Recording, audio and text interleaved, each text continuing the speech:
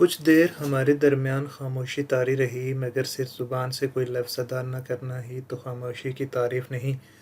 کبھی کبھی دو انسانوں کے بیچ یہ خاموشی بھی تو باتیں کرتی ہے۔ جانے اس خاموشی کی بولی کے لیے ہماری لغت میں کوئی لفظ موجود کیوں نہیں ہے؟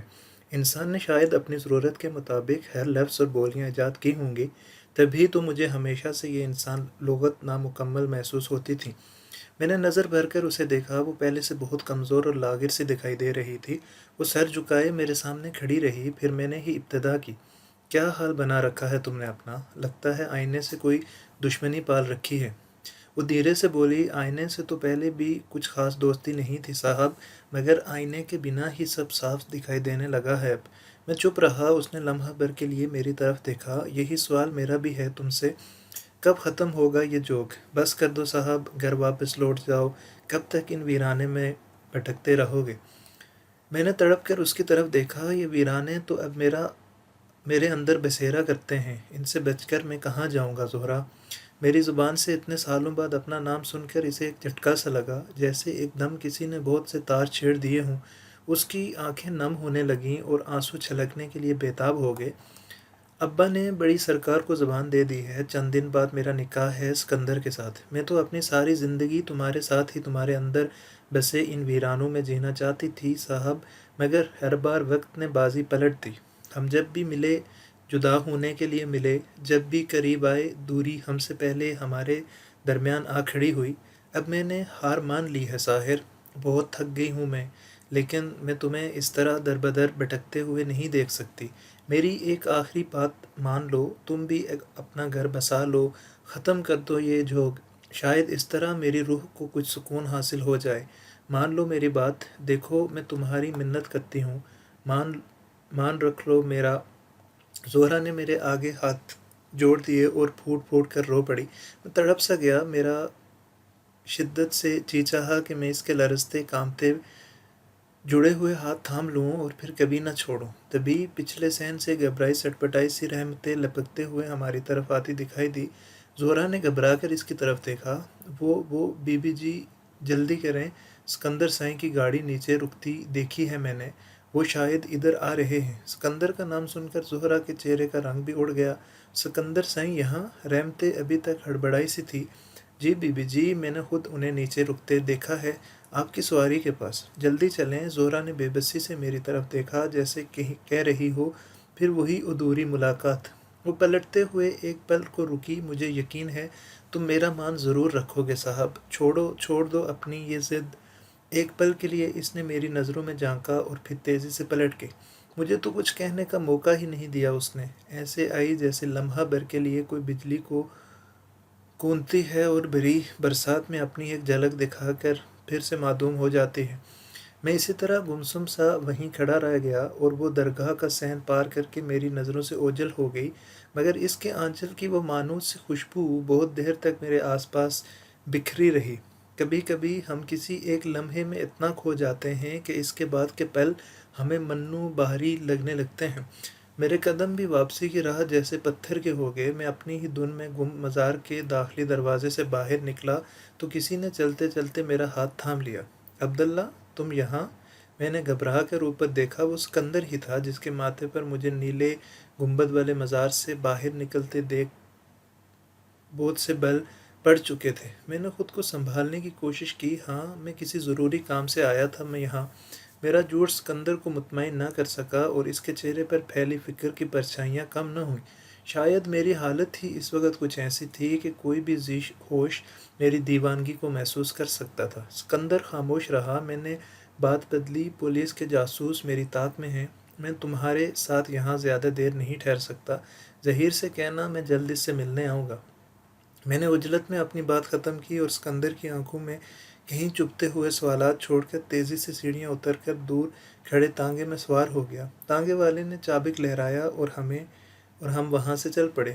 کچھ دیر نکل آنے کے بعد میں نے پلٹ کر مزار کی طرف دیکھا۔ سکندر ابھی تک وہیں کھڑا تھا، ہمیں جاتے دیکھ رہا تھا۔ میرے دل سے بے اختیار دعا نکلی، یا میرے مالک سکندر کے دل میں زہرا کے لیے کوئی شک نہ ڈالنا، پہلے ہی غموں سے چور اور بہت نڈھال ہے، اسے مزید نہ آزمانا میرے مالک۔ میں دل ہی دل میں گڑ گڑا رہا تھا، تانگے والا بول پڑا، سائیں جی یہ بڑی سرکار کا بیٹا ملک اسکندر تھا نا جو آپ سے ابھی مزار میں ملا تھا، کوئی خاص کام تھا گیا؟ میں تانگے والے کے اس اچانک سوال سے ہڑبڑا سا گیا۔ ضرور وہ میری ٹو لے رہا تھا، پولیس کے مخبروں کا تو کام ہی مشکوک لوگوں پر نظر رکھنا ہے۔ اگر مجھے پتہ ہوتا کہ نیلے گنبد پر اسکندر سے ملاقات ہو جائے گی تو میں کبھی وہاں نہ آتا۔ اب پتہ نہیں پولیس والے اس ملاقات کو کیا رنگ دیں گے۔ میں نے بظاہر سرسری لہجے میں بے پرواہی سے تانگے والے کو ٹالنے کی کوشش کی۔ ہاں وہ اسکندر سائیں ہی تھے، کہہ رہے تھے کہ کبھی وقت ملے تو بڑی حویلی کا چکر بھی لگاتا جاؤں، ان کی شادی کی تیاریاں ہو رہی ہیں نا وہاں، شاید کوئی نظر نیاز وغیرہ بانٹنی ہو۔ تانگے والے کا دھیان بٹ گیا۔ ہاں جی، اس شادی کی دھوم تو آس پاس 7 قصبوں تک پھیل چکی ہے۔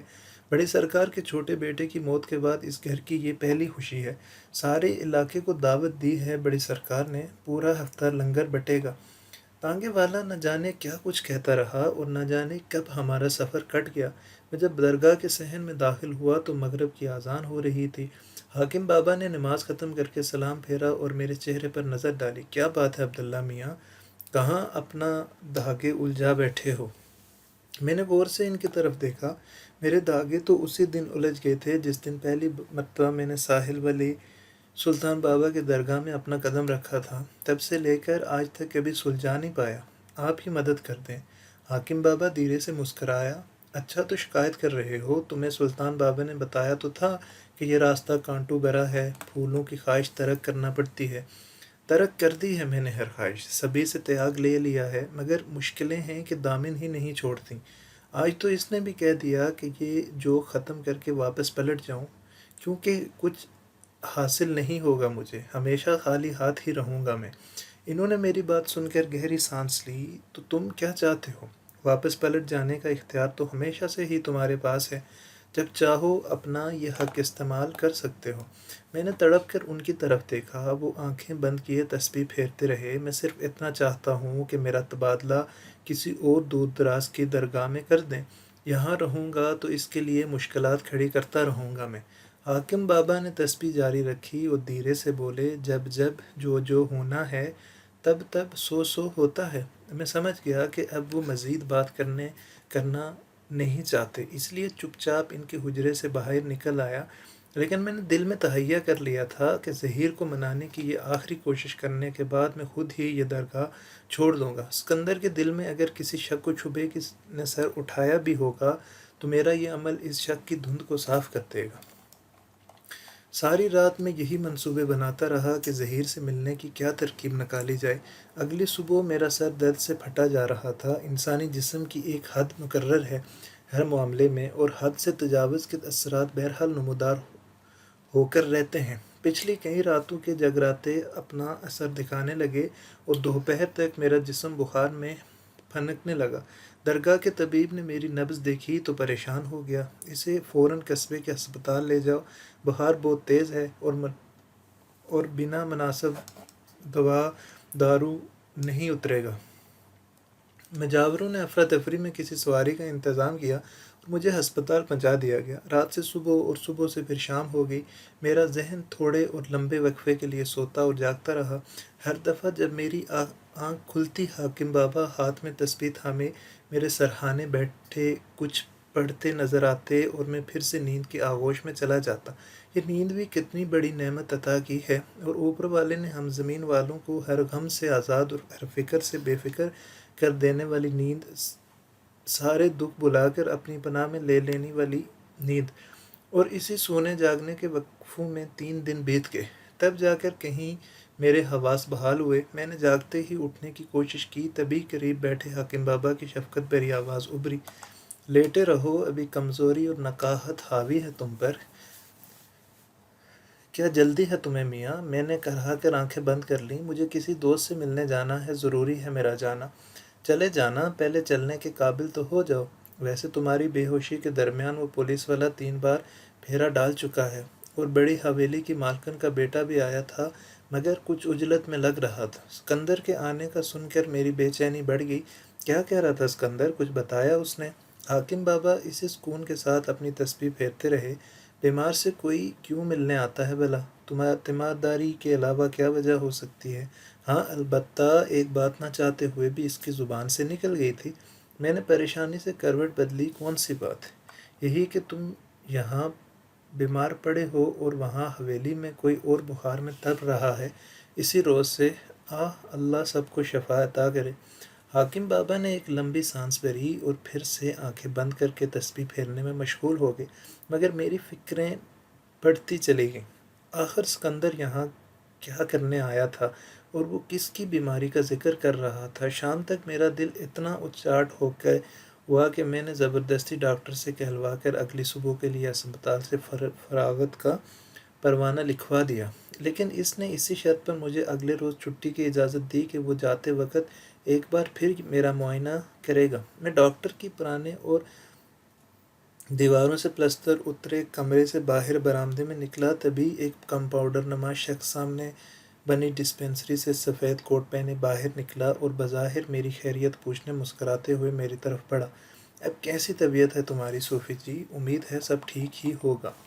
میں نے چونک کر اس کے مسافے کے لیے بڑھے ہوئے ہاتھ کو دیکھا۔ وہ دھیرے سے بڑبڑایا، یہ رکا تمہارے لیے کچھ دیر پہلے سارنگا کا ایک بندہ دے گیا تھا۔ ہسپتال کے باہر پولیس کا پہرا ہے، وہ تم سے ملنے اندر نہیں آ سکتے۔ میں نے جلدی سے ہاتھ ملانے کے بہانے اس کی مٹھی میں بند رکا اپنے ہاتھ میں منتقل کر لیا۔ کمپاؤنڈر آگے بڑھ گیا۔ میں نے وارڈ میں آتے ہی کاغذ کی تہہ کھولی۔ ظہیر کا مختصر خط تھا۔ پیارے دوست، آج رات میری روانگی ہے۔ میرے ایجنٹ نے ظاہرین کے بیس میں میرے سرحد پار کرنے کا بندوبست کر لیا ہے۔ جانے سے پہلے تم سے نہ ملنے کا افسوس ہمیشہ رہے گا، مگر تمہاری ارد گرد اس پولیس والے نے 24 گھنٹے کا پہرا لگا رکھا ہے۔ میں ایران کے راستے یونان کی طرف نکل جاؤں گا اور کسی مناسب پناہ گاہ کے ملتے ہی تم سے رابطہ کرنے کی کوشش کروں گا۔ تم اپنے اور بگے کا بہت خیال رکھنا۔ امید ہے ہم جلد دوبارہ ملیں گے، کبھی نہ بچھڑنے کے لیے۔ ظہیر کا رکا پڑھ کر میری آنکھوں میں آنسو آ گئے۔ وارڈ میں اکا دکا مریض موجود تھے جو اپنے اپنے بستر پر لیٹے آرام کر رہے تھے۔ حاکم بابا کو میں نے بڑی مشکل سے آج سحپیر ہی درگاہ واپس بھیجا تھا تاکہ وہ بھی 2 گھڑی آرام کر سکیں۔ ظہیر کے جانے کی خبر پڑھ کر میرا دل بہت بے چین ہو گیا تھا، جیسے پھر کوئی انہونی ہونے کو ہو۔ مغرب کے بعد اندھیرا دھیرے دھیرے بڑھنے لگا۔ ہسپتال میں روشنی کا مناسب انتظام نہیں تھا۔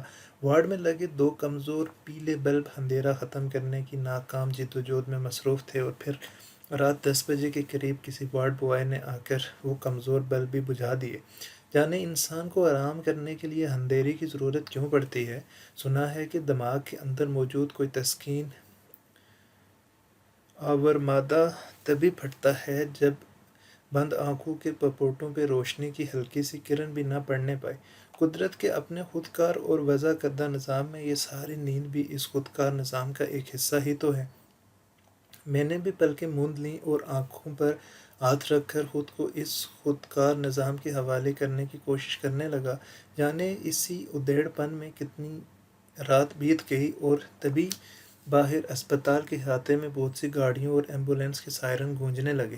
میں نے گھبرا کر وارڈ کی کھڑکی سے باہر جھانکا۔ باہر سین میں پولیس والے تیزی سے اترتے اور اسپتال کے عملہ عجلت میں ایمبولینس گاڑیوں سے زخمیوں کو اتارتے اور چیختے چلاتے دکھائی دیے۔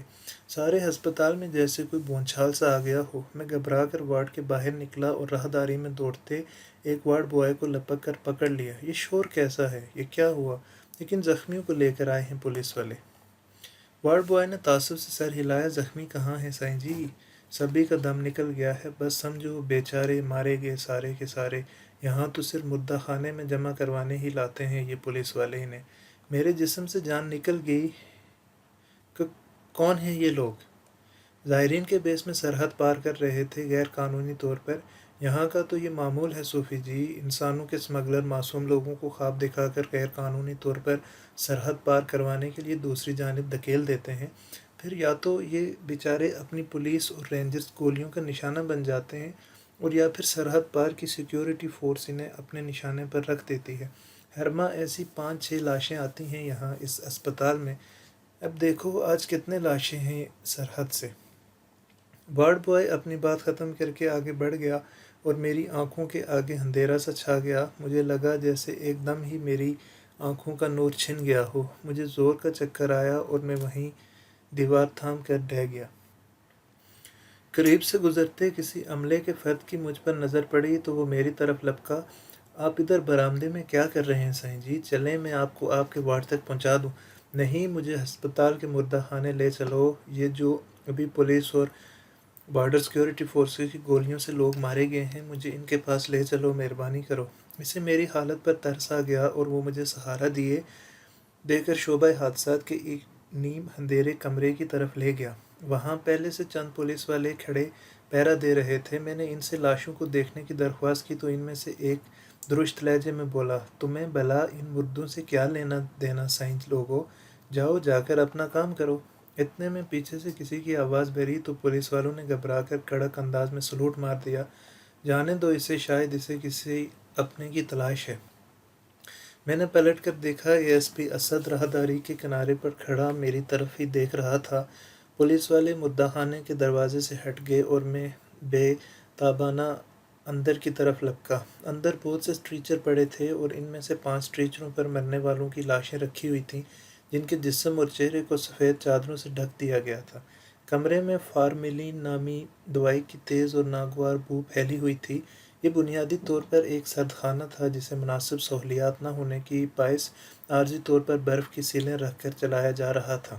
یہاں بھی وارڈ کی طرح 2-4 کمزور پیلے بلب جلا کر روشنی کا انتظام کیا گیا تھا۔ میں لرزتے قدموں سے لاشوں کی طرف بڑھا اور کانپتے ہاتھوں کے ساتھ میں نے پہلے لاش کے چہرے سے کپڑا ہٹا دیا۔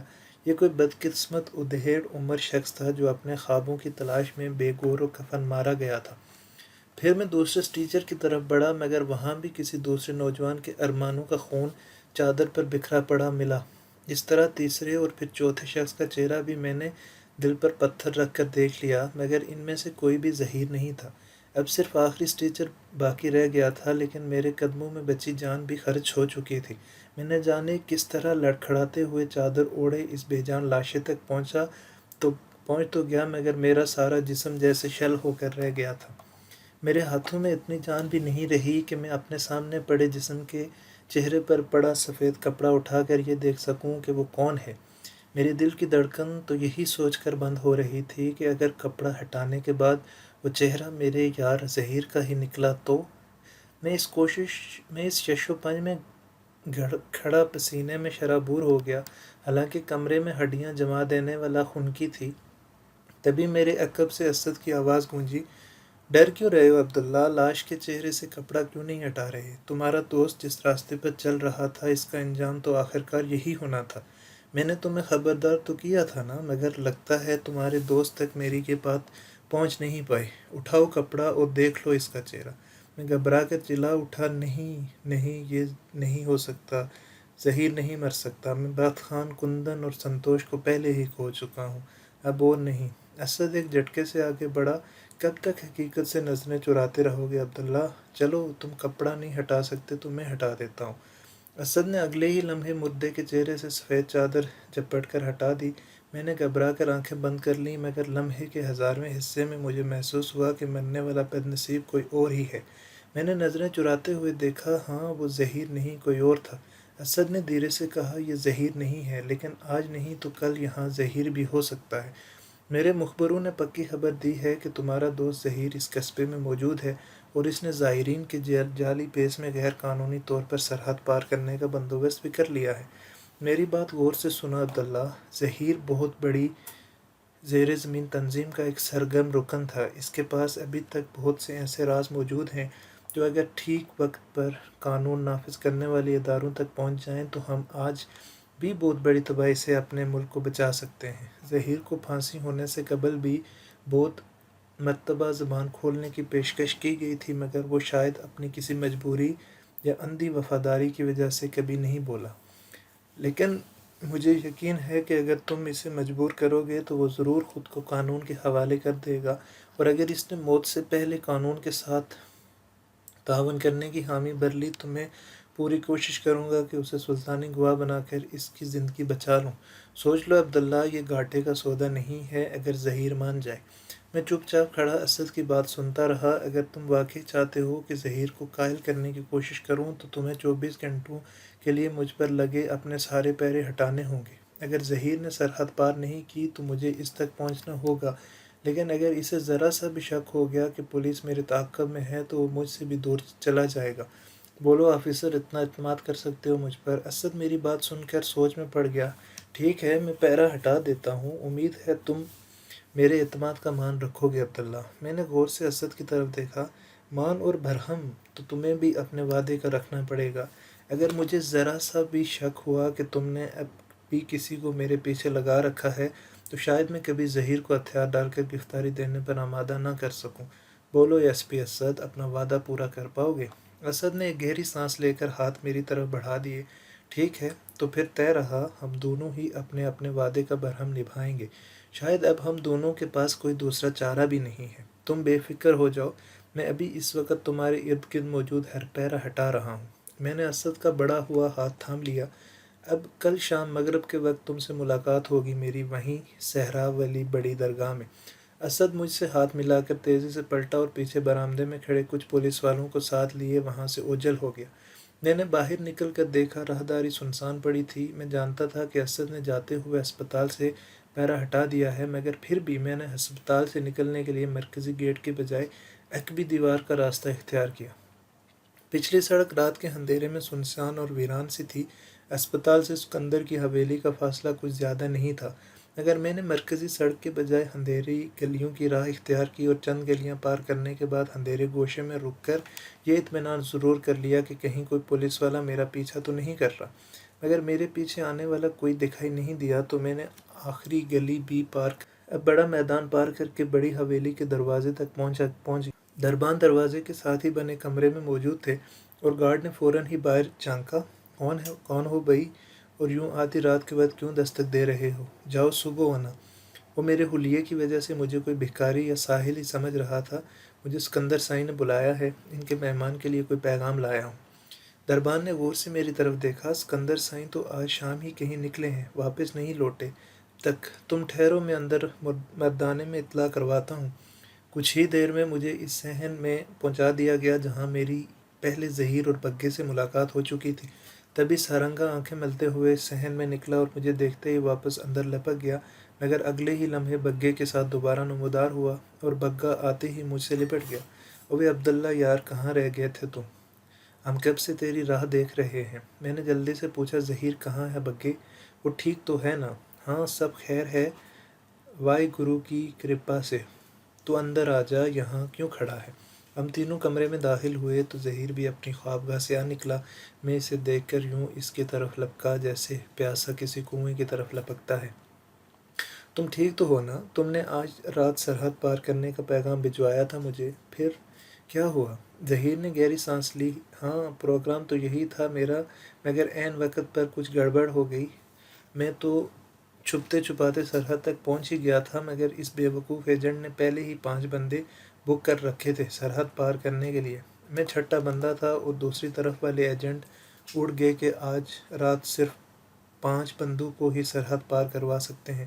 مجبوراً مجھے واپس لوٹنا پڑا۔ اب کل رات دوبارہ جاؤں گا میں وہاں، کل میری باری ہے، اور اگر وہ احمق ایجنٹ لالچ میں آ کر پہلے ہی 5 بندے اسمگل کرنے کا معاوضہ نہ پکڑ چکا ہوتا تو میں اس وقت اس ملک کی سرحد پار کر کے اپنے دوستوں کے پاس پہنچ چکا ہوتا۔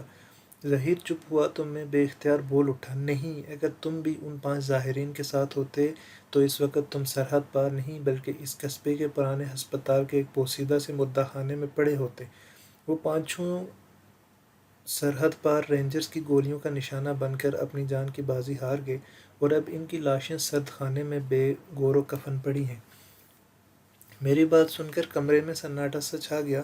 بگے نے اپنے کانوں کو ہاتھ لگایا۔ واہ گرو دی خیر، وہ یہ تو بڑا غضب ہو گیا یارو، اپنا یار ظہیر تو سمجھو بال بال بچ گیا آج۔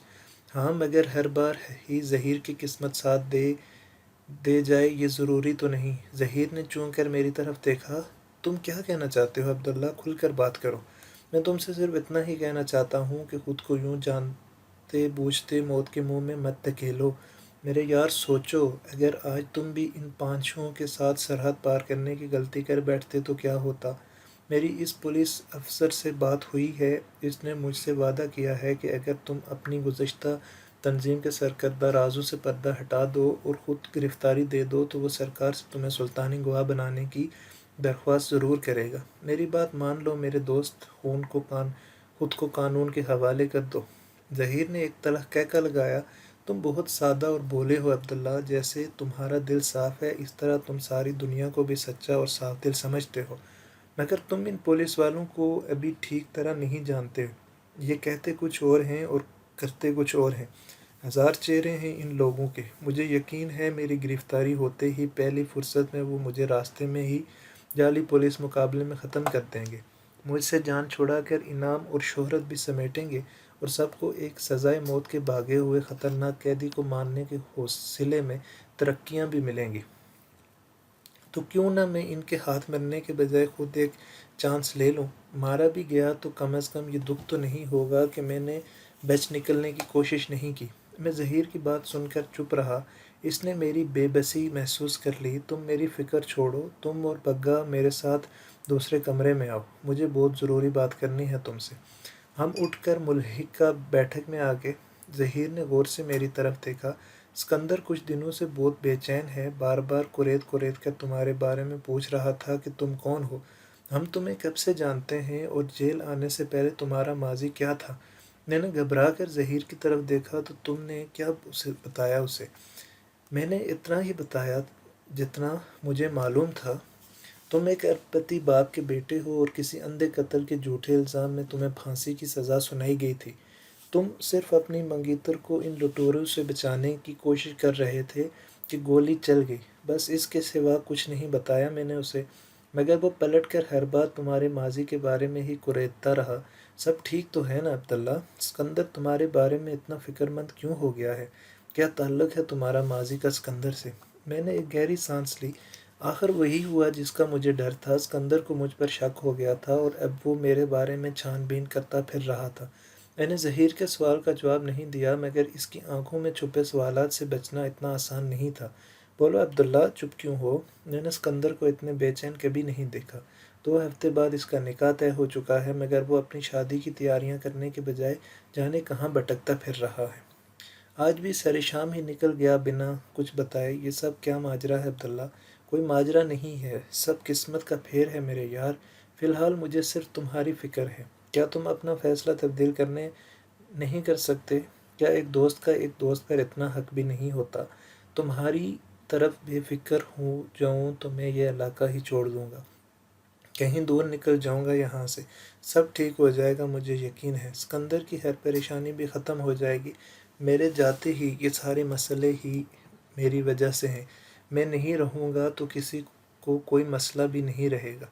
ظہیر اٹھ کر میرے قریب آ گیا اور میری آنکھوں میں جھانک کر بولا، تم اگر نہیں بتانا چاہتے تو میں بھی ضد نہیں کروں گا عبداللہ، بس اتنا یاد رکھنا کہ میں اور بگا ہمیشہ تمہارے ساتھ ہیں۔ تم بہت پیارے ہو مجھے، جب کبھی ضرورت پڑی صرف ایک آواز دینا، ہمیں اپنے ساتھ ہی پاؤ گے۔ جانتا ہوں، اور یہی مان بھی مجھے تم دونوں پر بھی ہے، اور اسی مان کے بھروسے میں آج چل کر تمہارے پاس آیا ہوں ظہیر۔